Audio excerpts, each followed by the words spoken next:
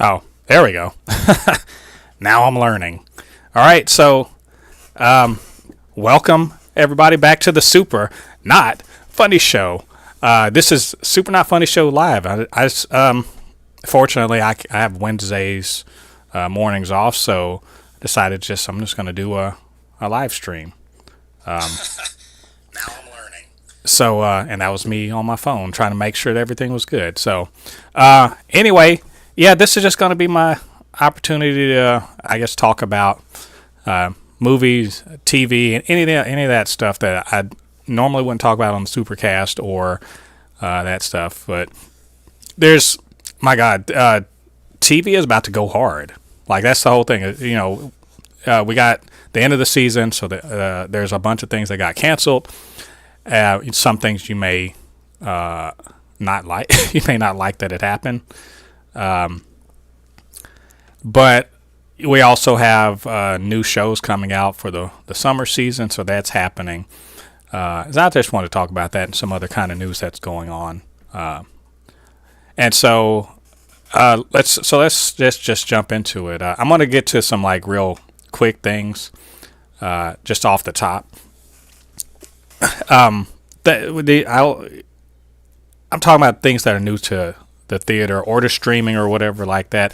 There's always plenty of stuff to watch, but these are things that, like, to me, you should be checking out if you hadn't already. And that's Ant-Man and the Lost Quantumania. It's out today, so you can see whether or not it's as bad or, in my opinion and Lottie's opinion, as good as it was. I mean, is it top tier Marvel? No.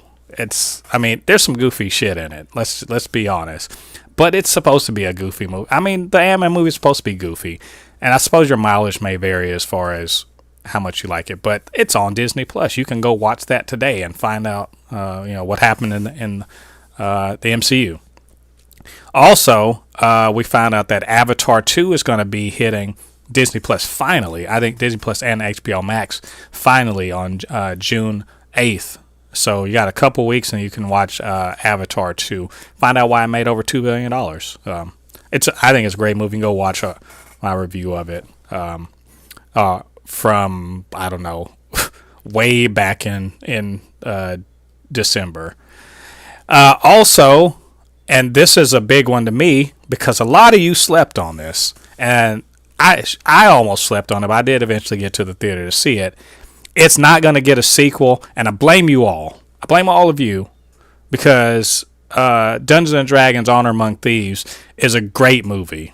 It's one of my favorite movies of the year. I mean, I know it's only May, but still, one of my favorite movies of the year for no good reason except just like apathy, I suppose. This movie got slept on by everybody. A lot of people didn't go watch it. Its box office is pitiful, considering they spent $150 million on it. And it's fucking great. It's a great movie. It's fun. There's actual real emotion in it. I mean, again, I have a review of it if you want to hear all of it. But the point is, you can now watch it today. They dropped it on Paramount Plus yesterday. And if you don't have Paramount Plus, go spend the like $7-8 it costs to get the ad sponsor version of it. Or, get the actual ad-free version of it for a month, and then just go watch this movie. It fucking deserves that. I don't want to put it too lightly, but it's way, way, way better than the box office indicates. It's got like a 90% cinema score, or A+ cinema score, 90% Rotten Tomatoes. Just go watch it. So do yourself a favor. Also, we got a couple of announcements about the next MCU TV shows, which there's a bit of a drought now this year. They're pulling back on making MCU stuff. I mean, I understand. They're just trying to get their quality in order, and the long gestating Echo TV show, it had reshoots and problems, all this other stuff. Things that have been going on, but it's Echo spinning out of the Hawkeye show. And that's going to be dropping in November, at the tail end of November. And they're doing something different. They're dropping all 6 episodes, which some that hasn't happened in the MCU yet. Does that mean it's good or bad, I don't know. I mean, to be honest, I'm gonna watch it anyway. It does not matter, but it makes me wonder. So that's happening, and also Loki is dropping at the end of October.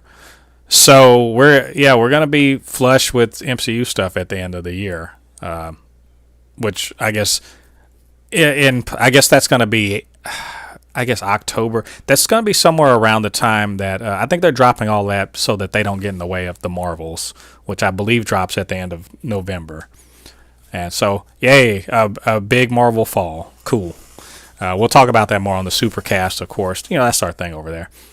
Yeah, and by the way, while I'm talking about it, get over there and check out the channel. Do me a favor, if you care at all, or if you are halfway interested in what's going on here, or you like talking about superhero stuff, or you just like movie and TV reviews, anything like that, show some love. Get down there, like this stream, subscribe to the channel.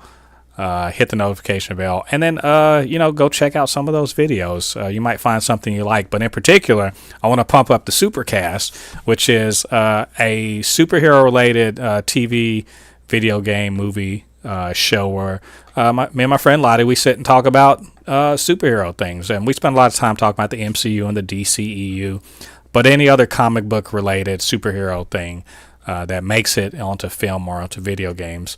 That is kind of our thing. We spend a little bit of time every week kind of talking about it. We just had our 100th episode, which was really cool. We're hoping for many, many more.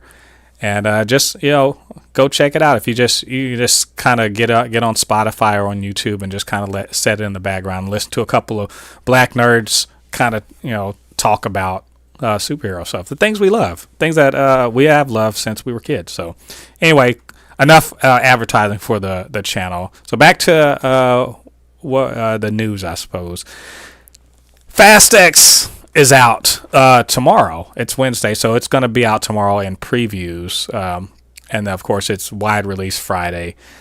And my God, have you guys seen this trailer? Like, look, the Fast series has pretty much not dealt with reality for a while. Like, when I say not reality, the last one was one of the most ridiculous movies I've ever seen. Like, people in space in a Pontiac Fiero, and Dominic Toretto pulling down ceilings, and people falling off, 4 stories and just getting up and shaking. I mean, it was so out of like the way with reality that it made Hobbs and Shaw look reasonable. And that's a hard sell, because Hobbs and Shaw was ridiculous.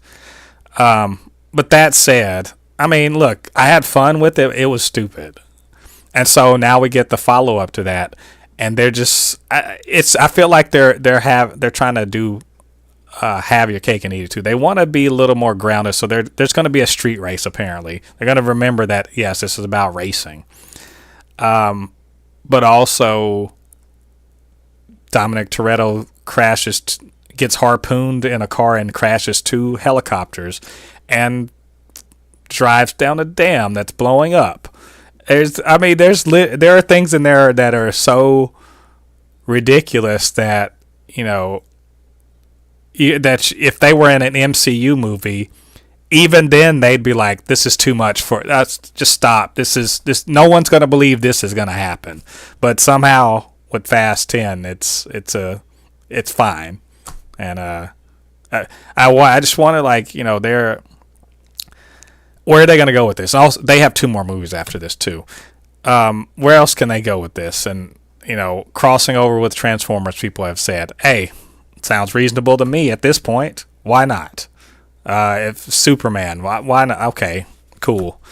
I'm not trying to be too down on it. I'm absolutely going to see it. I have to go see it. But man, it looks like you have to basically turn your brain off if you want to get anything out of it. So we'll see. I've seen some good reviews ahead of time, and I'm looking forward to it. So anyway, that's coming out. I'll let you know, guys. I'm gonna review it sometime this weekend.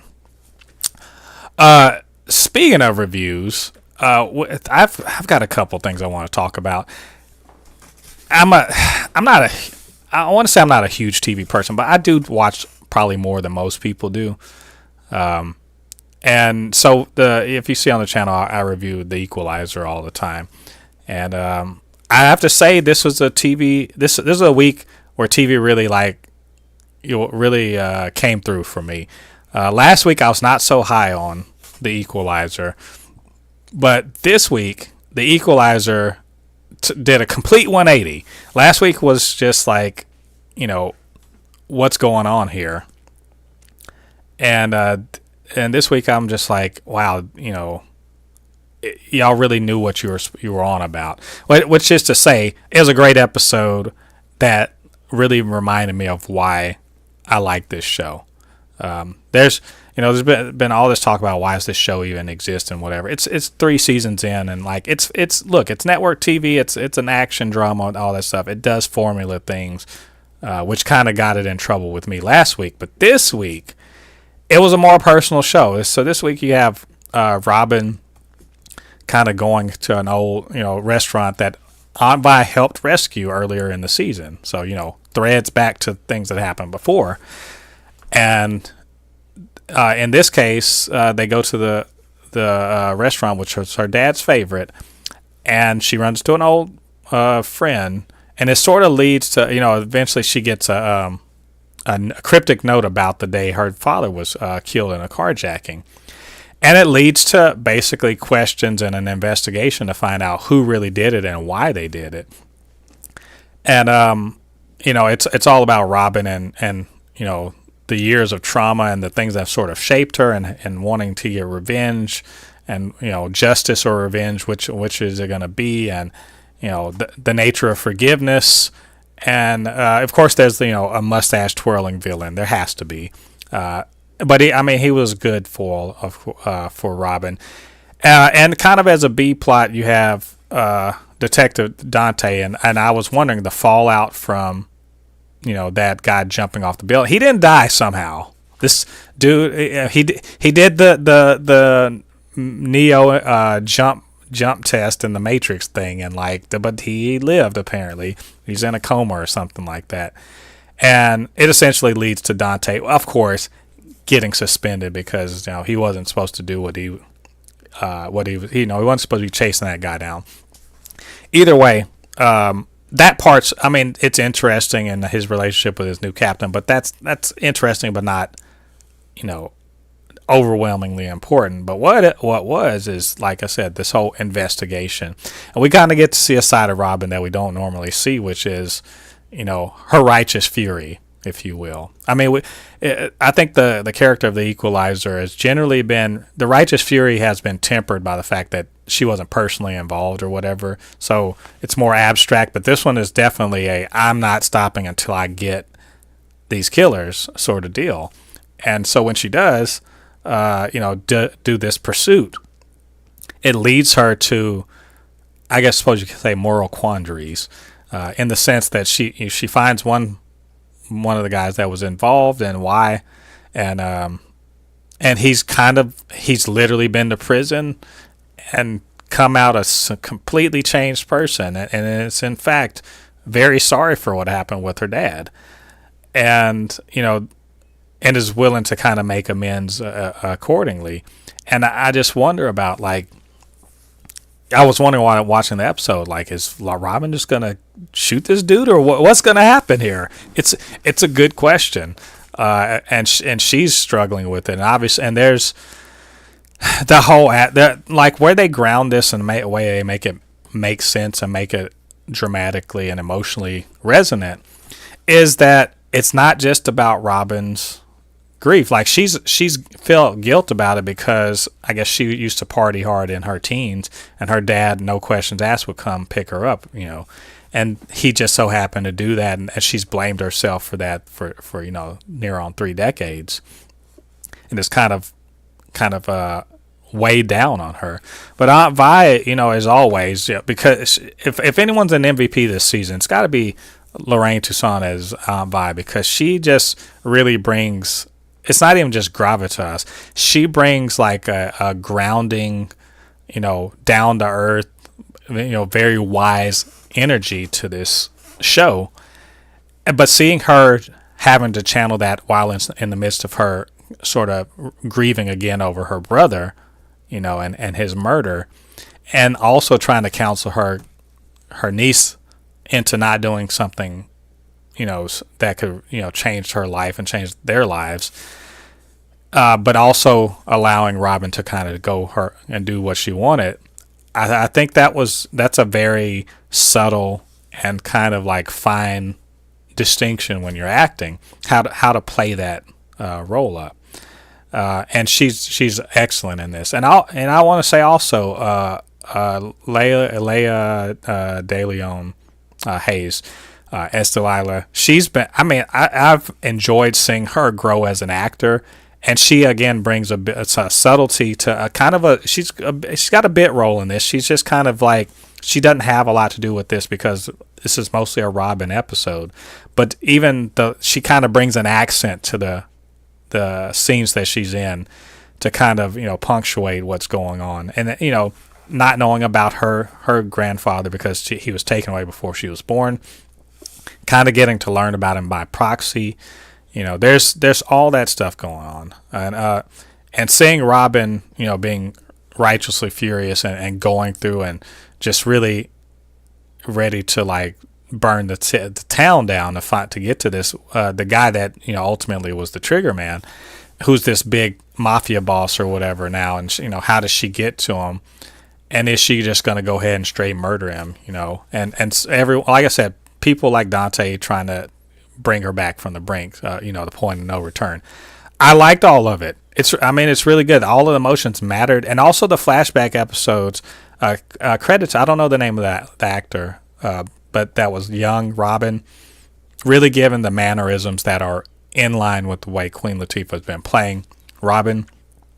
The guy that played her dad, I'd love to have seen more with that, but that just their little relationship and interaction was great, and seeing where she gets a lot of herself from, and also how Delilah's really kind of gotten some of her granddad unbeknownst to her.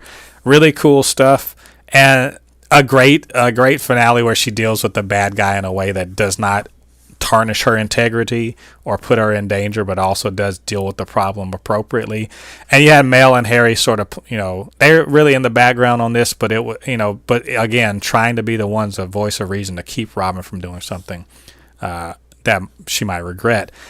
It's all a good, I guess you call it, this is appropriate, a good gumbo that all mixed together. And there's even parts where I'm not going to lie, teared up. There are some really good emotional parts to this episode. So just generally speaking, I thought episode 17 was really great. Probably one of the strongest of the series at all.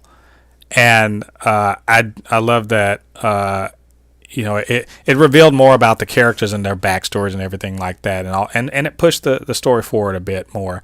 But it's one of those where it just hits all the marks. And I was really glad they returned to form after what I thought was a subpar 16th episode. So anyway, those are my thoughts on the Equalizer episode 16. But what did you guys think about it? And what did you think about what I had to say? Yes, get down to the comments section and leave your thoughts there. And as if you want to, you can hit me up, supernotfunnyshow@gmail.com, or at supernotfunnys1 on Twitter, and we'll talk about it. So, and while I say that, I got another review. I know, right?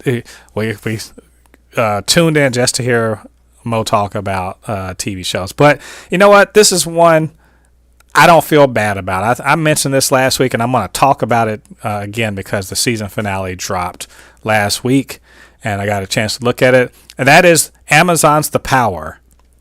And this is a show I feel like not enough people are talking about. Not enough people maybe weren't watching. And it's no good reason for it, because this show is awesome. As mentioned before, it's about Earth just like ours, basically our world. But what if one day teenage girls got electrical powers, basically, and then they were able to give it to the other women in their lives, and how does this change the world? How does the society change how does a patriarchal society change when the women suddenly are, physically speaking, on par with, the men? What when men have to start respecting women's space and women's, prerogatives and all that other stuff, or when the women essentially have a taser slash gun at their hands at all times, how does that change the way society works? And it's been hella interesting. I think I mentioned again before. You're following several characters. So there's a Nigerian guy who wants to be a journalist, and he happens to start. He happens to get a career sort of following up on all of these women's movements related to the power coming into being. And then you follow a family, the mayor of Seattle and her family, as this sort of starts happening, and the teenage daughter gets it, and the son becomes this radicalized men's rights douche.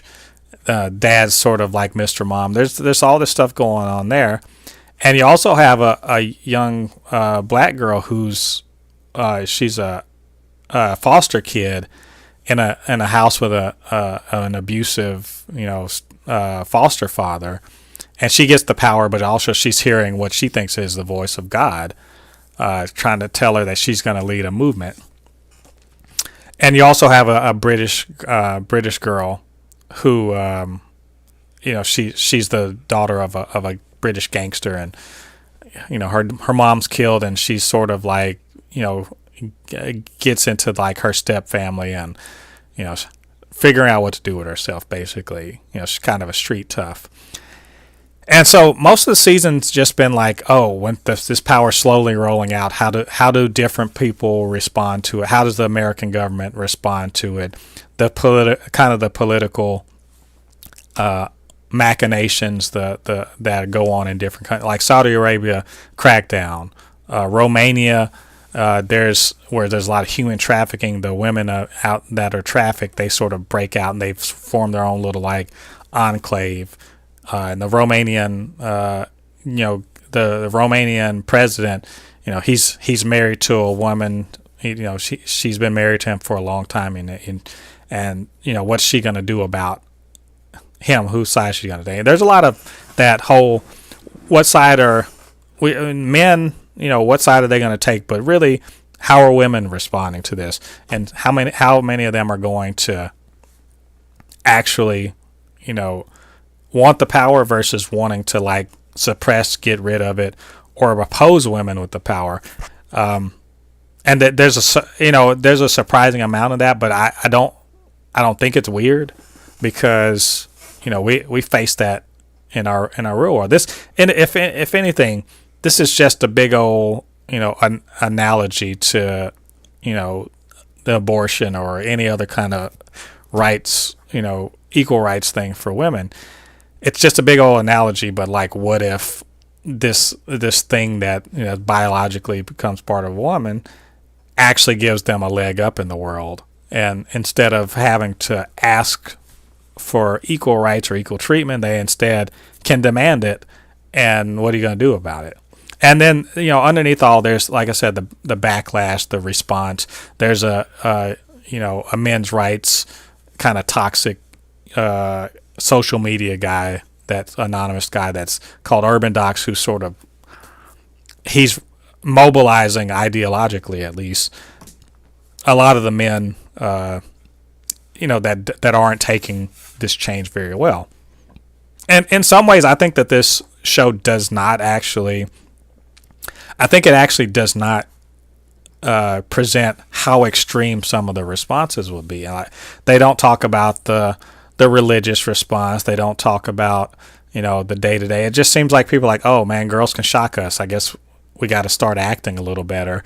And, things do get better in that sense, but also, I mean, the girls aren't invincible. They can be shot or whatever. There's not really a lot of showing where, what I consider what happened would be a mobilization of people physically against women with the power. That being said, it's hella interesting. Even there are even points where there's not much forward movement in the actual plot. Like there's not a ton of forward movement in the plot regarding the young lady. And I should pull this up so I'll know the names of these people. There's not a lot of forward movement in the girl who's going to be leading the, what do you call it, the revolution, if you will, for women. That's talking to God. But they do show that she's sort of using religious overtones to kind of bring people together with her. The whole thing with the mom, what's her name, Margot, and her daughter, Joss. They don't like each other, or they're at each other, and then later on, because they're able to, they both have the power, they're able to share like experience, and they have a better understanding. Allie, she's the girl who's going to be the Messiah, the women Messiah, I guess. And just basically having her sort of go on her Messiah journey while listening to this voice in her head. And then she ends up at a convent, and there's this big thing about the I guess the tension between the religion that obviously Christianity, and this new religion, I guess you can say, that's sort of coming together, and how the girls come to look at her, and the power she's got and everything like that. The whole thing with Tunde and his friend Duty, and how he sort of finds out about this while in Nigeria, which is a hella patriarchal society, and then sort of going to other hella patriarchal societies like Saudi Arabia, and seeing how this really does kind of change things. Like the answer to this, I suppose, again, there are guns, they would work, is that you have to ask men to shoot their sisters and moms and daughters, and that's like not going to happen. So there's just like a slow revolution on this world. I was very happy with Toni Collette's Margot, and John Leguizamo as her husband Rob. Their relationship is very interesting, and kind of seeing the dissolution of their marriage in the face of this power, as she's running against her political mentor, who's clearly going to take the men's rights aspect of it, and sort of seeing the American political response to this situation, which is fascist light. How about we call it that? Also, that Margot's trying to be a good mom, but boy, she is failing, because her son Matty, he's falling down that whole incel men's rights rabbit hole, and it's worse in this world, because like if you think incel culture and men's rights and all this other alpha male bullshit, if you think it's bad now, imagine a world where people are, where women are even more like, a lot of that is in response to the fact that women are a lot more empowered now than they were even 10, 20, 30 years ago. That's what's happening now in our world. Well, imagine a world where they're literally empowered. So it's a bunch of, it's going to be a groundswell. And so to kind of see him not just be, subverted, but also radicalized, and also he's just a little douchey 16-year-old or 15, 16-year-old that doesn't know shit. But all he knows is he's scared because the world he was promised, where he's number one, he's top, he's number one, and all this other stuff clearly isn't going to happen. And he's just upset about that, and the way that they can't stop this radicalization, they can't reason him out of it, they can't shame him out of it. He's pretty much going to just do it, And I just, like I said, very interesting. And the whole thing with Roxy, seeing her mom, having her mom murdered, and just trying to figure out who did it, and the result, just angry and super powerful and very capable with her powers, and just kind of becoming kind of the son that her dad never had. None of his sons who are going to take over his operations are actually worthy of them, and she is. But trying to earn his approval while also figuring out what happened to my mom. All very interesting things, and it leaves the finale sort of wraps up some things. It sets up a couple issues, like with Margot sort of losing control. She gets her powers, hides it, but loses control of her powers in a bad and very public way. Her Joss's boyfriend, who's intersex, has the power. What happened? What's going on with him? The kind of Allie, sort of making the last steps towards actually having a real movement, at least the nascent part of her movement, and Roxy sort of confronting her dad about her mom's death, and then getting out of Dodge, and joining up with Allie. It's all interesting. It's so interesting that I hated that it was the last episode. Like episode 9, I was like, I need like 3 or 4 more episodes of this, because I know I'm not going to get it until late next year with the writer strike going on. No, so I highly recommend this show. I think there's a lot of great performances, a lot of interesting ideas going on. Much, there's much world building that's really well done. And it just really kind of leaves me wanting more. It's the sort of down to earth but sci-fi concept that really works with me, and I really want this season 2 right now, honestly. So I think if you like that sort of thing, definitely check it out. But just check it out in general. I think this is a home run for Amazon, and I can't wait. I can't wait to see more. So anyway, those are my thoughts on The Power Season 1. What did you guys think about it? If you saw it, if you didn't see it, what are you doing? Go and watch it. But what did you think about it? What did you think about what I had to say? Get down to the comment section and leave your thoughts. Of course, you can always hit me up, supernotfunnyshow@gmail.com, or at supernotfunnys1 on Twitter. So, all right, so let's move on. I only got a little bit more to talk about, and that is, let's talk about things that were canceled. Things that were, the end of the regular season, we get cancellation and renewals. So maybe some things that you really liked got canceled. I'm sorry for you. It is sort of the consequence of TV, the way TV works, and everything that can't stay on forever, especially things that just aren't hitting. And I got a couple. Some, I'll share in your disappointment. So I'm just gonna run down some of these. If I've watched any of these, I'll say something. But so we got Alaska Daily, which I believe was just one season. That was with what's her name? I can't even say her name right now. Jennifer Garner. That one. Amber Brown, never heard of it. Apparently, it was on Apple TV Plus. American Gigolo. This is one I wanted to watch, but it got lost in the sauce, if you will. There's so much TV on. It's got John Bernthal. It's sort of a remake. It's a TV show remake of a movie about a guy that went to prison. He was a gigolo.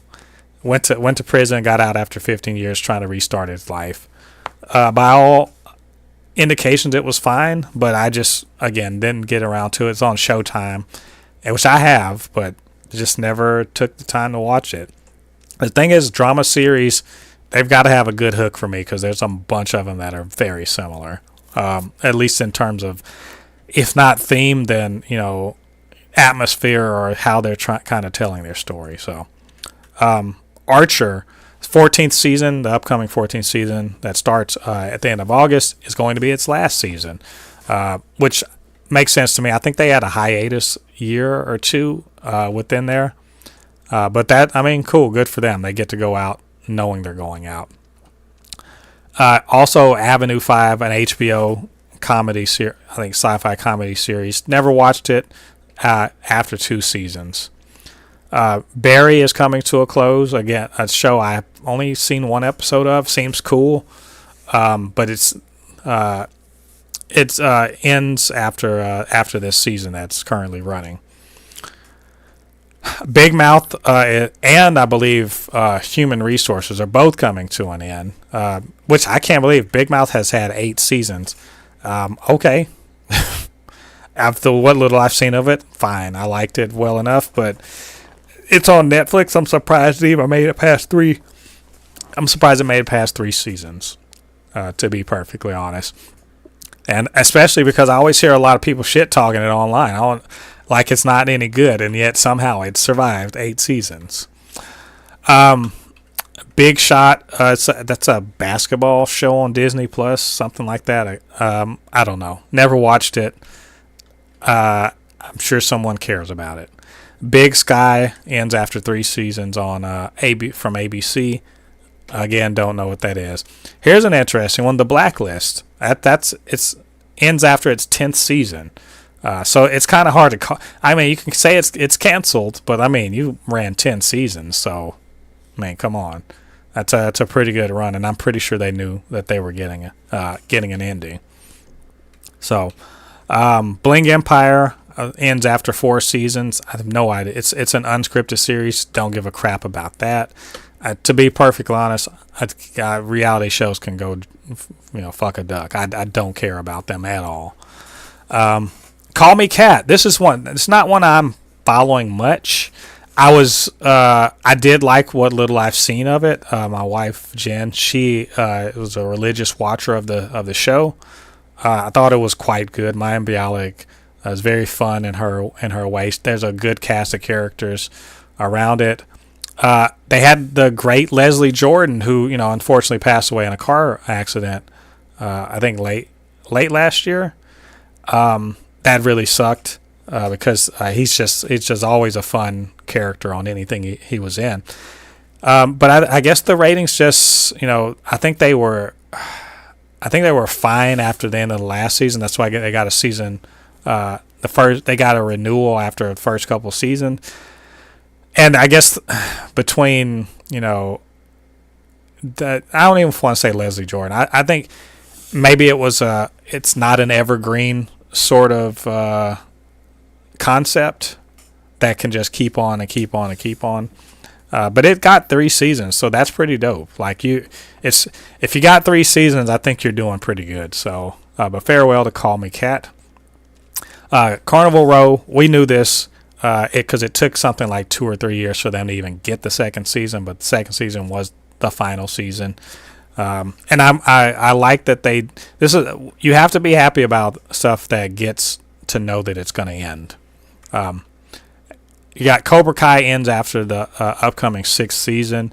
I think that's been a good run. It's on Netflix. It's lucky it got not me. I understand people like it. I've never watched it, but it got 6 seasons total between Netflix and I forget it was on something else, YouTube or whatever. So that's pretty cool that they get to go out on that one. This one does kind of get me. The Company You Keep, Milo Ventimiglia. Look, it's a show that's right in my wheelhouse. I really like, I like capers. I like heists. I like, grifts and cons. Any movie or TV show that does that, I'm all over it. I've loved the Ocean's movies. There's anything like that I'm in the bag for. So this show was pretty much, even I was only watching it peripherally when Jen was watching it, but man, it's really good. And all the con stuff was real fun, but just kind of seeing like the drama and bringing down this bad guy, it's really cool. But it also ends in a very definitive, way that the central drama of the, all the plot threads of the first season are neatly tied up at the end. And they leave open like, well, we can keep on doing this formula we had for this season that was around this central drama. We can keep doing this as like a week-to-week thing. and they're not going to get to. I guess it was a mid-season replacement. The ratings probably weren't awesome considering how much maybe they had to spend on it, and it's unfortunate. But like, it did tell a complete story, and it's something where you're just like, I wish we could get more, but if we don't, it doesn't leave any dangling plot threads, which is the way you don't want to see canceled shows. You don't ever want to see them like thinking they're going to have another season. They're like, nah, no second season. Let me see. Speed through these more. The Crown, don't care. Dead End Paranormal Park. It's had 2 seasons. I never watched that. Damascus is a show that didn't even get aired. It says 1 unaired season from AMC as a comedy. Never heard of it.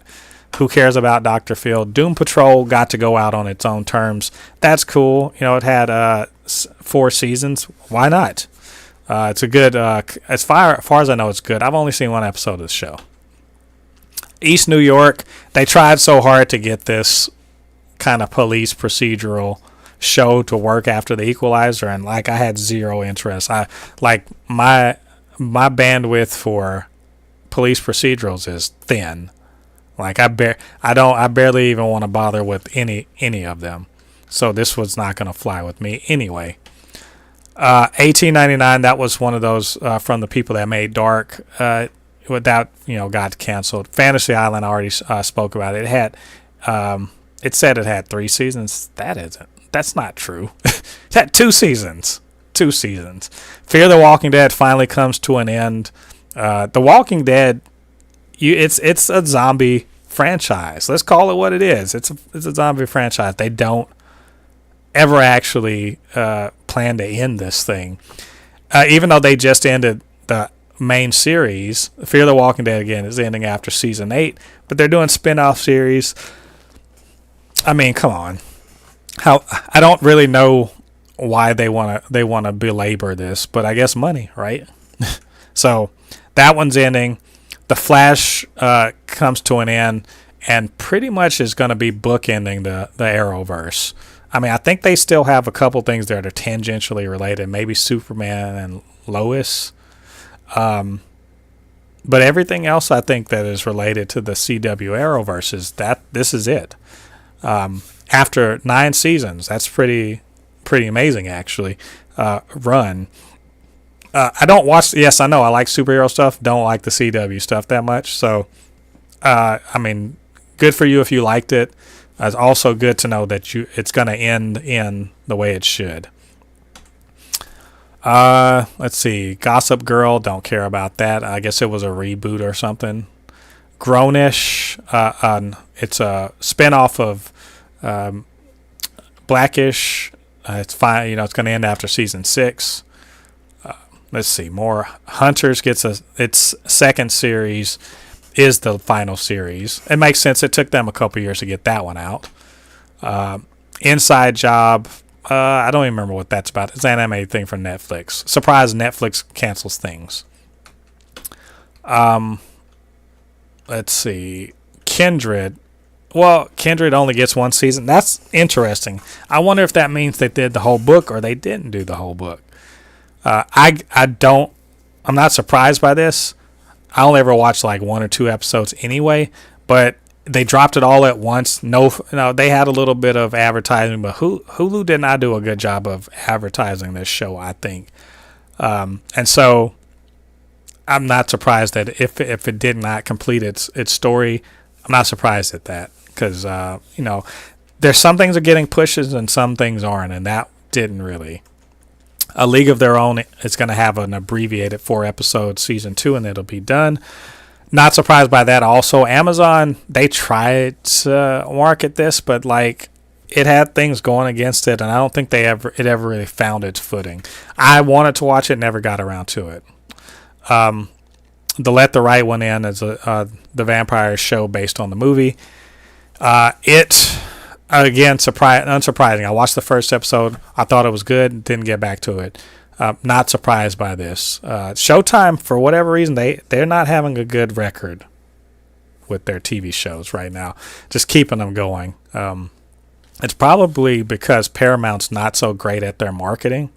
Like they're rolling that, and also they're rolling it all into Paramount Plus. But Paramount Plus, they have some really great shows, and they just don't do a good job of communicating that. And also, there's a ton of shows on right now. Like if you got to pick things, it can't be good. It's got to be kind of great. So, Lockwood and Co. from Netflix. I've heard good things about it, but Netflix, they're ruthless. You got to bring the views in or else. So, not surprised by that. Again, something I wanted to watch, haven't watched it yet.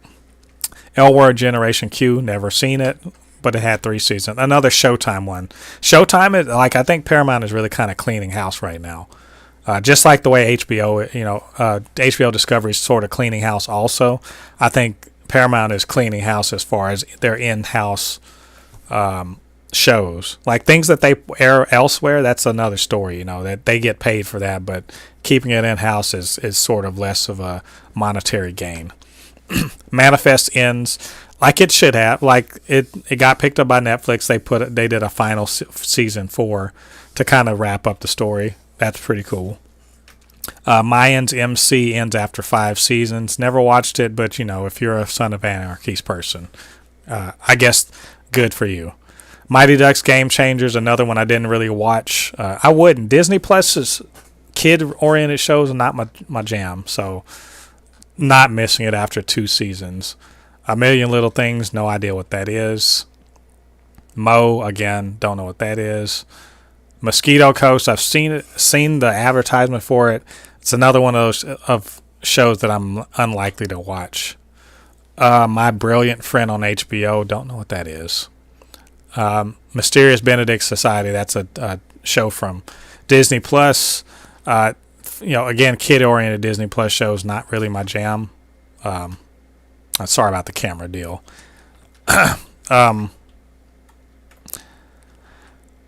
The National Treasure show died on the vine. Like, I don't know anyone who wants to watch this or has watched it. Never Have I Ever after season 4.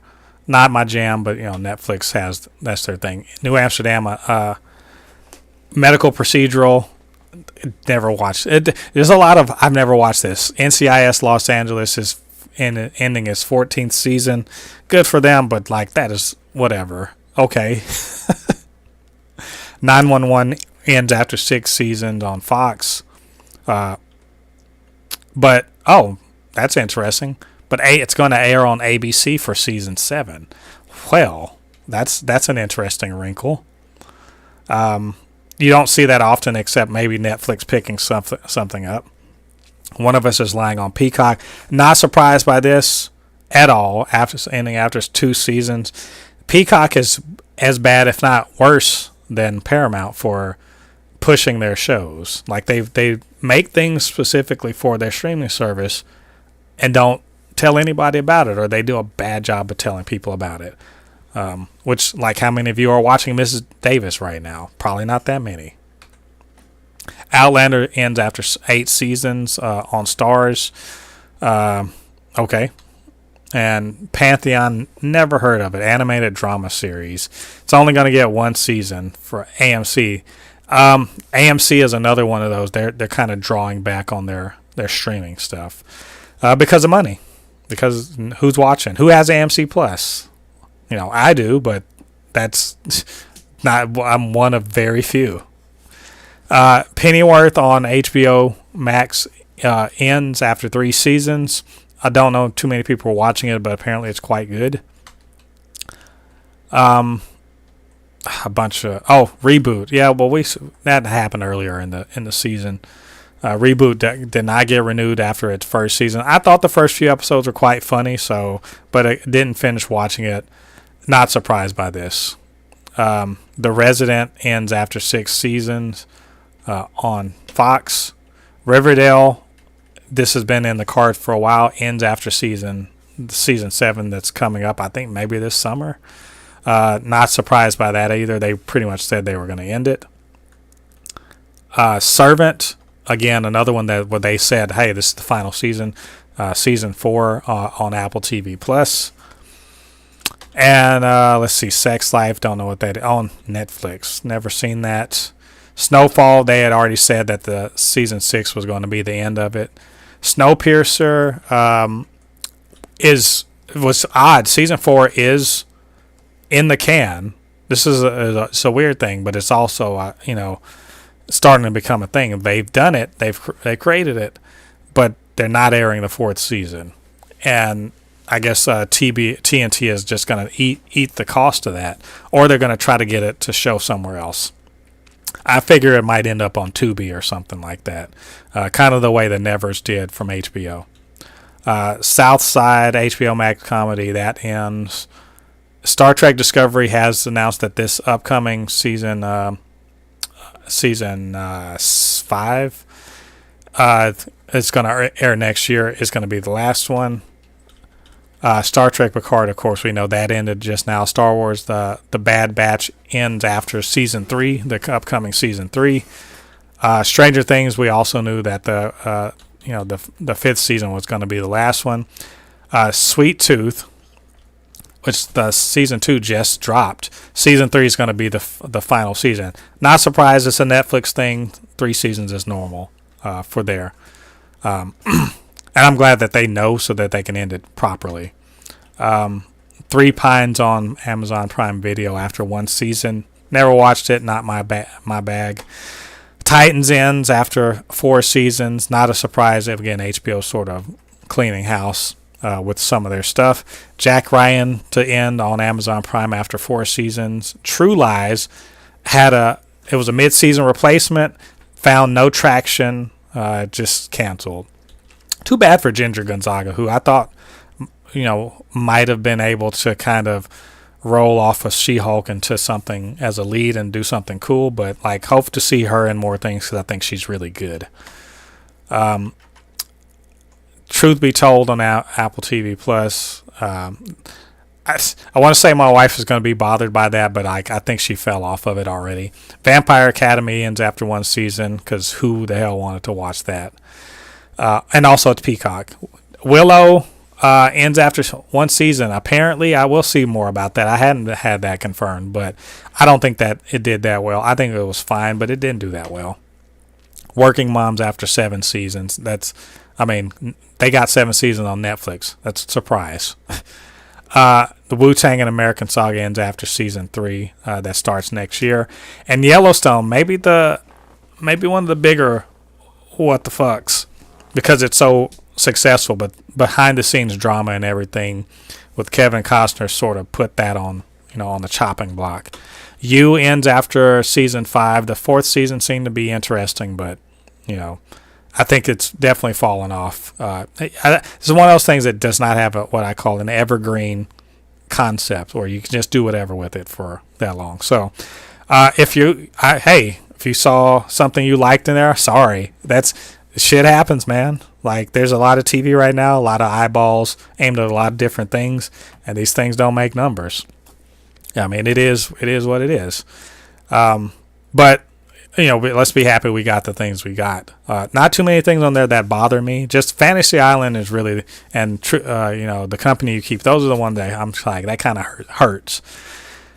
But we move on to the next thing. Speaking of moving on to the next thing, I know this. I've got to take a drink. Good night. Just been talking like an hour. So anyway, the last thing I want to talk about, we're going to talk about how stacked, absolutely stacked to the ceiling, summer TV is. And let me say, this is not an exhaustive list, man. There's so much more that's starting this summer. Things that I just don't care about or don't really pay attention to or anything like that. But it used to be when I was younger, back in the old, back in the old days, back in the bad old days before streaming, way before streaming, you had the only thing that happened in the summer is you got reruns. So you had a good reason to go out and run around outside and play when you were a kid because they weren't showing anything new. But over the course of the last 20 years, summer is its own season. It's an abbreviated season, but it's its own season, and so I think it's kind of considered a time where things that maybe wouldn't be successful or would be overshadowed or just not appropriate for the longer regular season gets this little abbreviated season to kind of make its point, to prove itself. Or it's a place to put shows that you believe in but maybe didn't do the numbers during the regular season like you wanted, to give them a time to get their episodes up, and also to get more interest when people are less distracted by the bigger primetime network things or anything like that. Now, that doesn't necessarily make sense in the era of streaming, because you can put out things that really, in streaming, it's instead of a season, it's a constant flow of things. So they try to space out their drops, their episode or show drops, to kind of make sure that you have to keep coming back. So in that sense, this kind of summer TV thing is a bit weird or skewed or whatever, just because streaming does kind of change the way we look at that. But there are still network TV things, and there's a lot of stuff that, coincidentally or not, is coming out over the summer. So I just want to talk about some of those.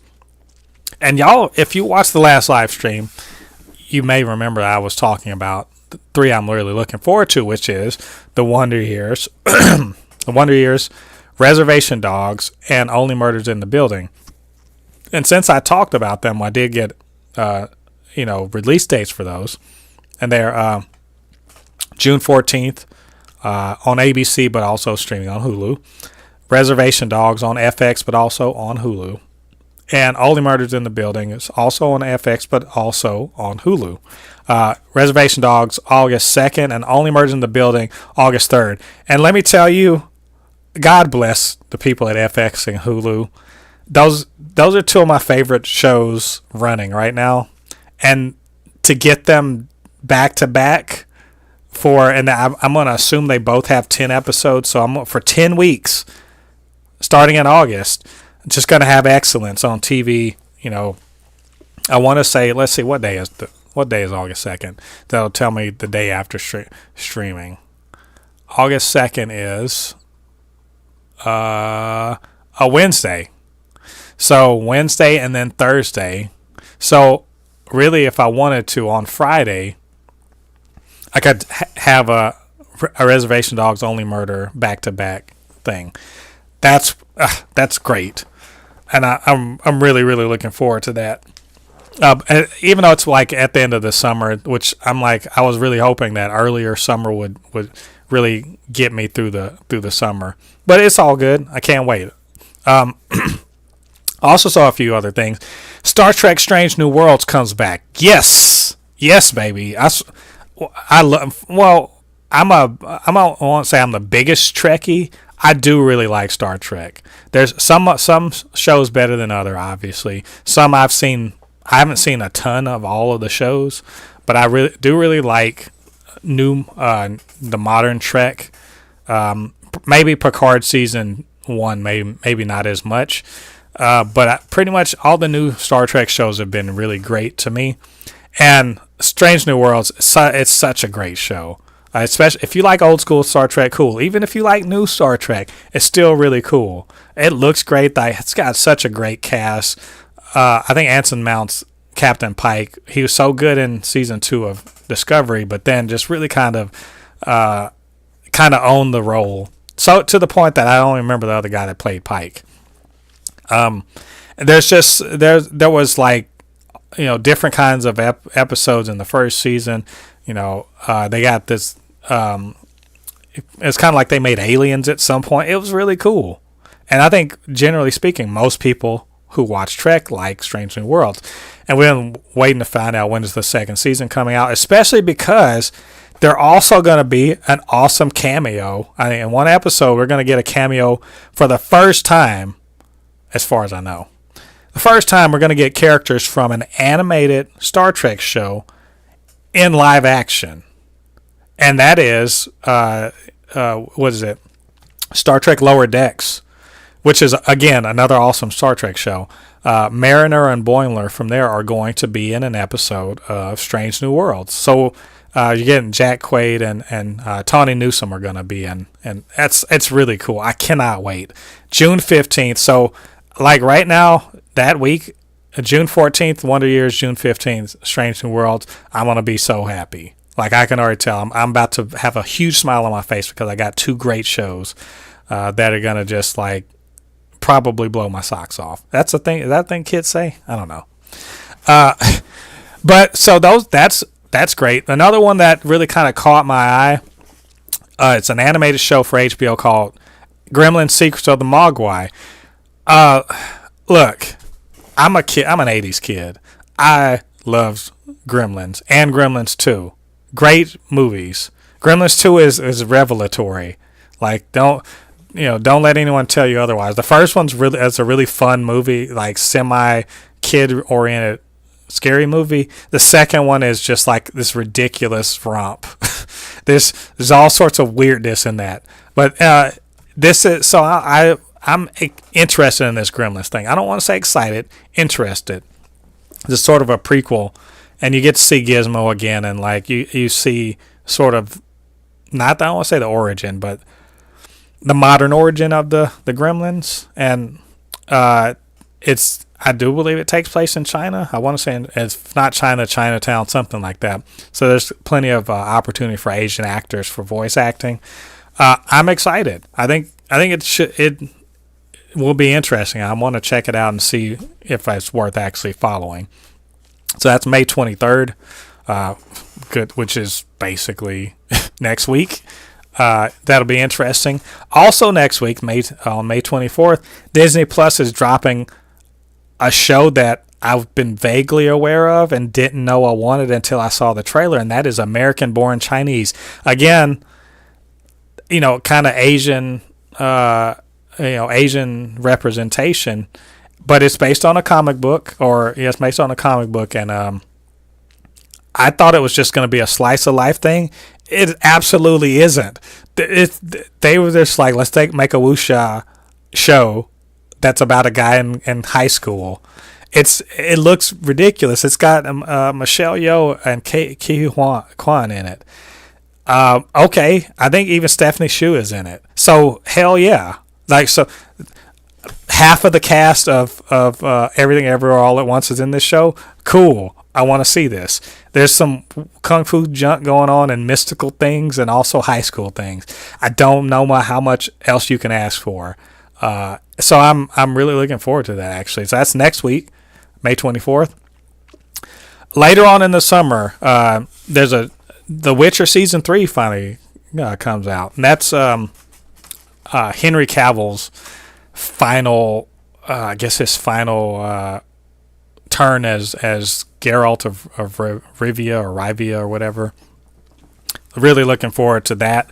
They're doing a 2-part thing, kind of like they did with Stranger Things, which I think we're going to see more of that from Netflix.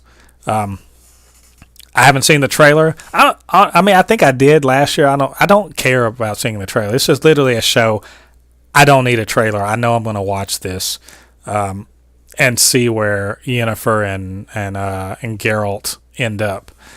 So that should be cool. And I'm definitely going to review that. Can't wait. So that's, what did I say? June 29th and also July 27th for part 2. So only other 2 left are, the only things left are, well, I guess it's really only one. Because one of them, Lupin Part 3, which is a Netflix show, French language. I'm just a big fan of this show because it's a caper heist deal, but that's not till October, so that doesn't count. The last one is Twisted Metal, starring Anthony Mackie. And let me tell you, it's coming to you from Peacock.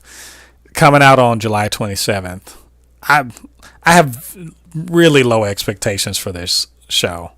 Not just because I didn't really play Twisted Metal, but because it doesn't look good. It looks cheap.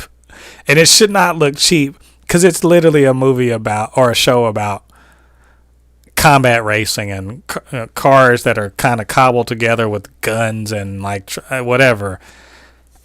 I'm going into it for Anthony Mackie's sake and that it's based on a video game, But boy, my expectations are of all the things I've said. My expectations are really, really low. I need to see a better trailer than the one I saw, and it just looks cheesy. But I'm gonna watch it, and hopefully it'll be kind of good. We'll see. So anyway, I'm still looking forward to all of these things. Like summer should be a time for relaxing. Can't relax. Got all this TV to watch. Much less movies and everything that are going to be coming out. Like the summer movie season, I'm not even going to talk about that because the blockbuster season is in, and there's a ton of stuff coming out. So, but we'll talk about all this stuff. Everything worth talking about or reviewing or whatever, I'm all over it. You definitely just check the channel out. Keep an eye out here for all that stuff in discussion. If it's superhero related, once again, get down there, hit the notification bell so you'll know when the Supercast comes out, or check it out on Spotify for the Supercast over there. But otherwise, just keep your eyes peeled on the channel. So we'll sit and talk about all this good stuff. So anyway, my voice is like killed. Is dead right now. Because all this long session, but I've had fun there. But anyway, you can always, like I said, check the channel out for more content. Shoot me a comment sometime. I love interacting in the comment sections on any of the videos. Hit me up, supernotfunnyshow@gmail.com, or at supernotfunnys1 on Twitter. And come back there. I'm going to be doing more live stream. I'm going to be trying to do it like every Wednesday for basically TV and movie talk. But also Street Fighter 2. That's not Street Fighter 2. Street Fighter 6 hits on June 2nd. The officially hits this weekend. If you want to catch me on the live stream, I am going to be live streaming myself playing the open beta. Now, it's not going to be a ton of time because I do have an actual life outside of video games and sitting and watching TV. So I do have things to do on Saturday and Sunday. But Friday, Saturday, and Sunday, check me out when I live stream. Getting my ass whooped because I'm terrible at Street Fighter. So all that good stuff. And also, again, get down there, hit like on this video. Show me some love, y'all. We're currently at 175 subscribers. I would love to see that subscription rate, the subscriptions to climb up to 200, and then from 200, let's keep on the march. We're trying to get to 1,000 because that's the minimum one to where you're like a real channel here on YouTube. And hopefully, maybe these live streams will help. Maybe y'all can suggest things y'all want to see us do. Maybe you just want to see me get my ass kicked at Street Fighter. We'll see. So, anyway, that's it for this live stream. I have been not Mo. I'm just gonna say Mo. I've been Mo. You have been. I've been Mo. You have been aboard Blurred Force 1, with your black nerd Mo. Come back and check me out another time on the channel on the next live stream. All right. Till next